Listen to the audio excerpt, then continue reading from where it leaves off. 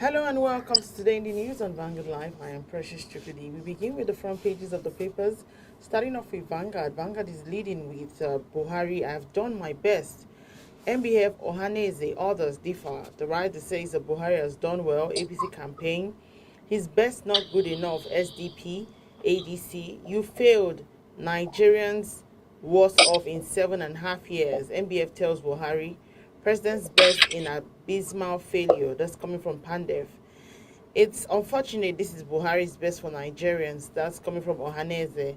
It's an honest admission of failure. That's coming from Afenifere. Buhari's best has left Nigeria worse than he met it. That's coming from Labour Party. On page 9, any thought of military coup archaic? That's coming from General Rabo. On page 12, we have a $46.16 billion loss to oil theft in 12 years. That's coming from Netty. On page 13, buying of PVCs attempt to suppress our votes. Northern Elders. Why 24-hour joint patrol failed. That's coming from Southeast Governors. Healthcare. Kogi emerge best performing state in World Bank's Anrin project. PETROL. We're working to end shortage nationwide. That's coming from Marketers. We constructed second Niger bridge with recovery looted funds. That's coming from Fashola. Stories above. Insurgency. 8 million victims in Northeast need help. That's coming from UN. Excitement as NPA is ranked high in performance. White paper on NDDC forensic audit out soon. That's what federal government is saying. And lastly, on the front page of Vanguard, we have banks' earnings from account maintenance transfer charges rise to 621 billion naira. That's a lot. All right, let's take a look at the Guardian newspaper. The Guardian is leading with 80 billion naira USSD debt weakens a digital channel as new naira note arrives. The writer says, visit your bank today for redesign bill. CBN urge Nigerians. Faswa, Nigerians should join global trend. Pay attention to real challenges. Let e-payment evolve naturally, says Yusuf. Ample to engage a CBN on negative impact of policy on agents. Low smartphone penetration may hinder service. And stories above, Nigerians elite store 16.25 trillion naira oil in 12 years, says Nati. NCC raises the alarm as malware attack over 300,000 devices. Kudirat's mother, Abiola's children sue Buhari, seeks a $10 million compensation. Fashola visits as second Niger bridge opens today. And lastly, on the front page of Guardian, we have UN partnership with Africa key to world success, says Biden. Let's take a look at the Nation newspaper. The Nation is leading with hiccups in PVC distribution. The writer says prospective voters besiege centers. We are addressing challenges. Stories above. Again, Ogbagbena lies without shame. Manufacturers own alternative reality. You can see that on page 2 of the Nation. Our federal government okays whistleblower bill to strengthen anti-graft war. Senate to CBN adjust cash withdrawal limit. Banks roll out redesigned naira notes today. JAM remits 50 billion naira to federal government. All right, let's take a look at the Punch newspaper. The Punch is leading with banks reconfigure ATMs. New naira enters circulation today. Bank officials complain of small allocations from CBN. Emefiele to appear before rep over withdrawal limits. Kudirat Abiola children sues of federal government demand $10 million. Federal government opens second Niger bridge once again speeding. Stories above 2023 INEC budgets 117 billion naira for anti-hacking software. Others. P&ID Nigeria's failed contract debt hits 5 trillion naira. Federal government approves a new whistleblower bill. Council's a tax holiday. Last year on the front page of the Punch newspaper, NNPC price slash fails to end fuel queues. And that's how we can take on the front pages of the papers this morning. Join us after the break. We'll be right back.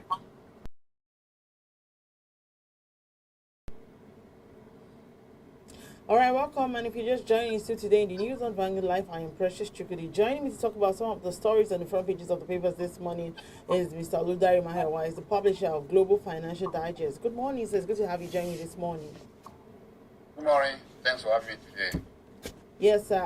Let's delve in, and we're talking about President Buhari. He has said that he has done his best for Nigeria since he came to power. What's your take on that? Thank you very much. If President Buhari said he has done his best, he has the capacity to assess himself personally. And if he said he has offered us his best, I think we should accept that that is the best he has offered us. But the issue again is that how do we assess his best? Is President Buhari have you really seen a positive impact in the lives of Nigerians across the line?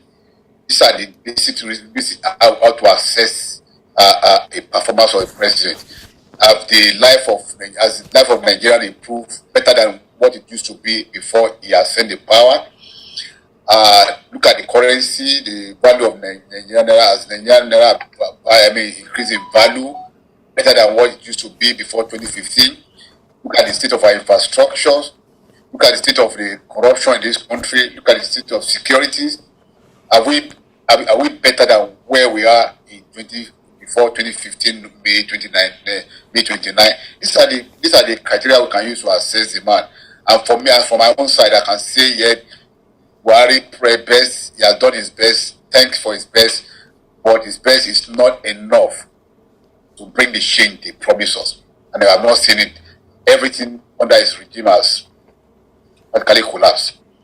So for us, for Nigeria, the judgment is for us to assess the impact of his government on our life. And if you are satisfied, then we can say the best is good.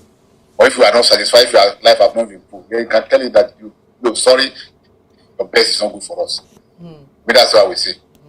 All right, of course, what the president said is, obviously self-assessment. But let's look at it holistically.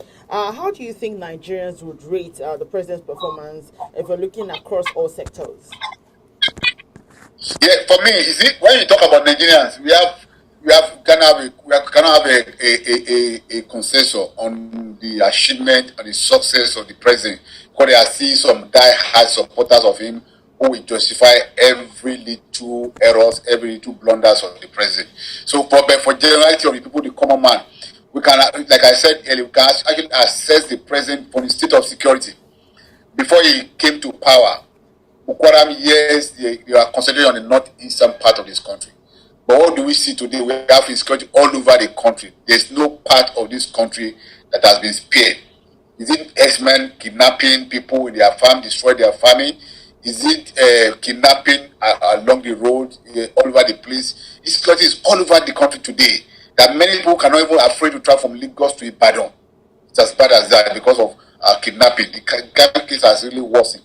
So from that perspective, you can say that as a retired army general, he has not done enough to reassure the security of life and property in this country. Look at the state of the economy. Before he came into power, we have good reserve of foreign exchange. What is the state of reserve today? Foreign exchange reserve today.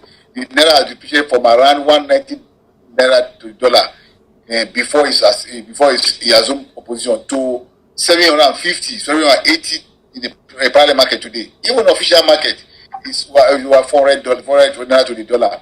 So are we saying that we are better off? Look at the state of oil theft in the Niger Delta. Before it, so even during the militancy in the Niger Delta, we have not witnessed such a low production of crude oil in this country. When other people like other nations like Saudi Arabia and the rest, I enjoy the bounty from increased price of oil. We are not.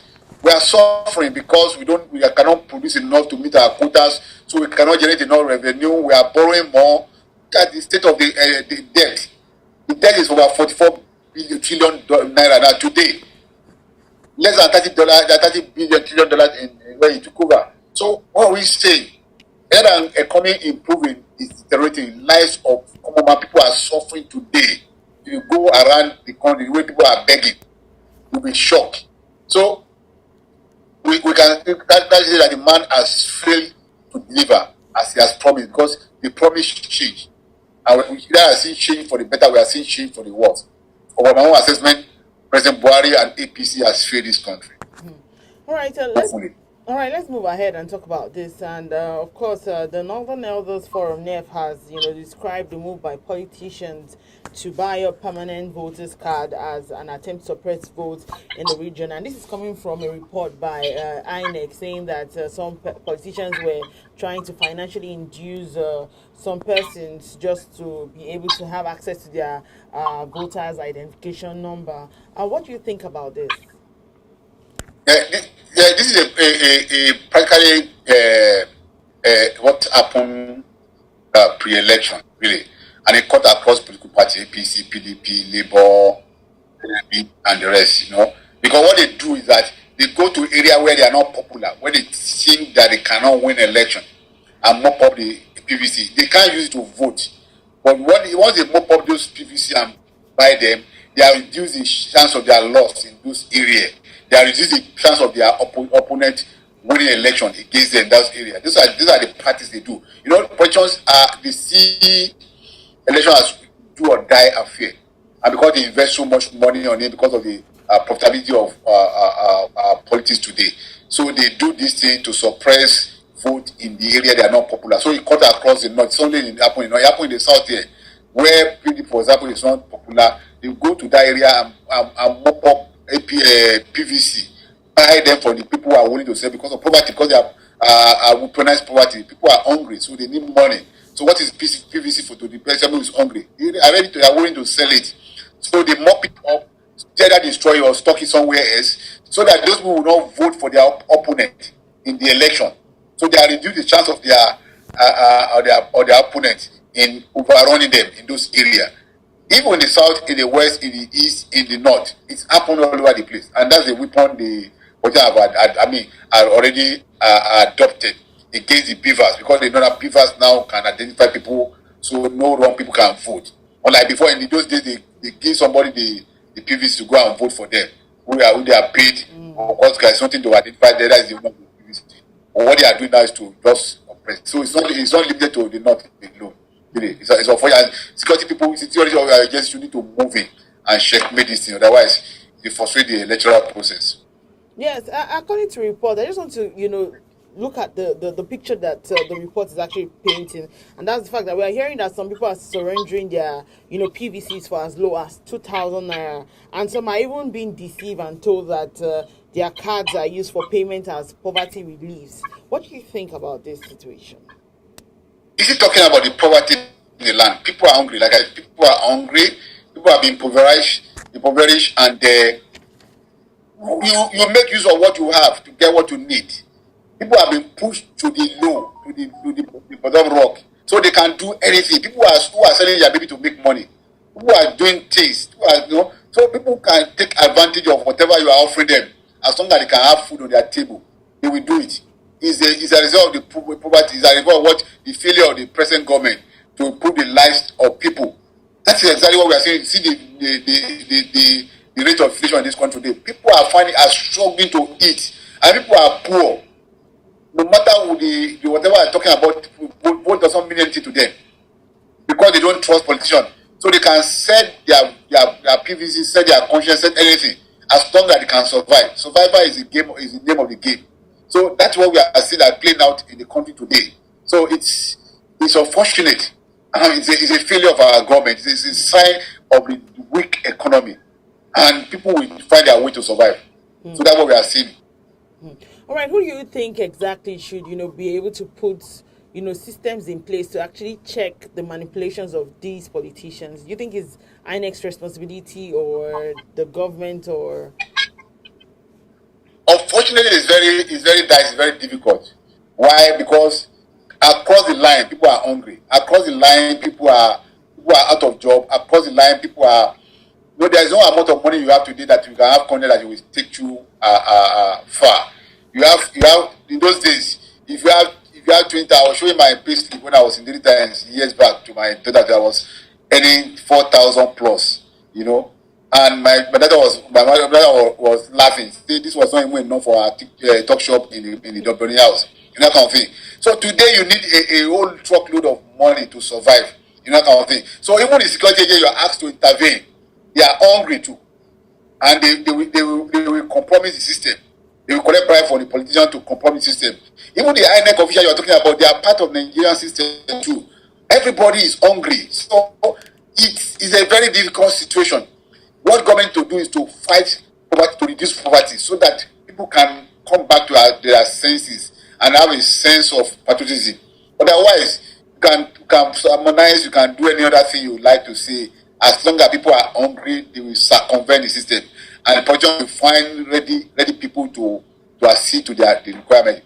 So sending DSS, sending police will not help, because these officers too they are hungry too. They are living in this country. They need more money to survive. So politician will offer them more money and they will compromise the system. So the situation is very, very gloomy, really. All right, let's move ahead and talk about this one. And of course, oil marketers have said that they're working towards ending petrol shortage in the country. Though we heard that, the disparity in fuel prices and, the hoarding of the petroleum products was, the reason for the scarcity. What do you think about this?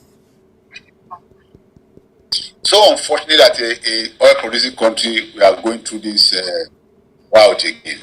And it's because, what we say, because we don't have leaders that can put their foot and do the right thing. We can't do the right thing because they are overwhelmed by the corruption in the system. The system of corruption in the oil sector is so huge that it takes a major measure, a major policy to actually turn the place around. Number one, as long as we are seeing this happen, is to put pressure on the people to accede to government to remove the subsidies on fuel, and that we are continue to have this scarcity until after this government, so that the next government will say, okay, if you want to have fuel, can we remove the subsidy so that it can be free? But the real solution to this problem is that for us to have locally, refined product. As long as we are bringing the product from abroad, it will be expensive. It will be very costly for government to continue to support with subsidy, and people want to arbitrage on this, because in all around us, in Togo, in Benin, in Ghana, in Niger, in Chad, everywhere the place, the petrol prices are very high. So it is easy for them to take it across the border, pay bribe the custom and the immigration and the rest, and make huge profits. It's easy for the NNPC to import 20 million liters of fuel to the country per day and inflate it and say, oh, we are employing 60 million, so that it can take the arbitrage, the subsidy, the gap between the landing cost and the money in. So these are things. It's a corruption that are actually affecting the system, and the only way to stop their corruption is to basically remove the subsidy. But before you can remove what, there's a situation where you remove the subsidy, the people will suffer, the people will protest, and there will be chaos in the country. So government must ensure that we have local refinery that can refine the fuel in Nigeria, so that we can have it more at least cheaper than importing into this country. All right, you just talked about removing the subsidy, and of course we cannot but notice how Nigeria is between like a rock and a hard place, and even no government has succeeded in removing subsidy, and even the current administration is even pushing it to the next administration. What do you think about it? Yeah, because it's a very tacky situation. Because if you remove the subsidy today, if liters of fuel might go as far as 450 naira per liter. And you can look at the cost of that, the multiplier effect on the economy. The price of goods will go up because people have to transfer food from the north to the south. Then everybody will increase their prices. Inflation will rise up, and the hardship in the country will increase. And people will probably go on the road, on the street to protest. And because of democracy, people want that kind of thing, they will continue to manage it. And that's a very tacky situation. No government want to do that to incur the wrath of the populace by removing the subsidy. But to face the reality, the fact is that Nigeria can no longer sustain because they are embedded in it corruption. Right from NNPC, the corruption is so huge across the board. And the only way there is corruption available there is because the government is subsidizing it. And people are taking the advantage of that subsidy to game the system. So, but what government need to do, probably to do a gradual elimination of subsidy in such a way that will not have a sharp impact on the on the public. And secondly, like I said, we must intensify effort to revamp the refinery. Yeah, government is spending so billions of dollars to refine the government. Government cannot continue to run the refinery. They should either concession into private sector to handle so that we can produce we can refine the product locally so that we can eliminate freight, the cost of shipping the fuel to this country, the demurrage cost, all the built-in costs, at the port. I think when you eliminate that, at least when you are removing the subsidy, it may now come down to around 250 naira per liter. That will still be bearable by the populace. In a way, if you manage a gradual removal of subsidy, people will be able to absorb it and be able to cope with it. But right as it is today, if you remove the subsidy, because we don't have refinery locally, we are still going to be importing it, we are still going to be looking for dollar to import it. So all these chain reactions, all the chain effect will skyrocket inflation and will cause unrest in the society. I think that's why the present government is running away from doing the right thing. All right, let's take a look at Mr. and Mrs. before we go. And Mrs. is speaking. She says, home sweet home, darling. Did you miss me? And Mr. replied, said, yes, I miss your persistent demands. At least I was able to save some money. And Mrs. replied, good, let me have them. you see, he ran away from home. He already met it again. So it's, so funny, so good. It's a very exciting to plan the day. Yeah. All right, thank you so much, Mr. Oludare Mayowa, publisher of Global Financial Digest. Thank you for sharing your thought with us this morning. Thanks so much for me today. Thank you, and have a lovely day. Yeah, thank you as well. Also, remember that you can equally like, share, and subscribe on all our social media platforms showing on your screen, on Facebook, Twitter, WhatsApp. Also, check out our TikTok channel. And if you want to find out up-to-date stories, you can go to our website, www.vanguardngr.com. I am Precious Chukudi, and thank you for watching.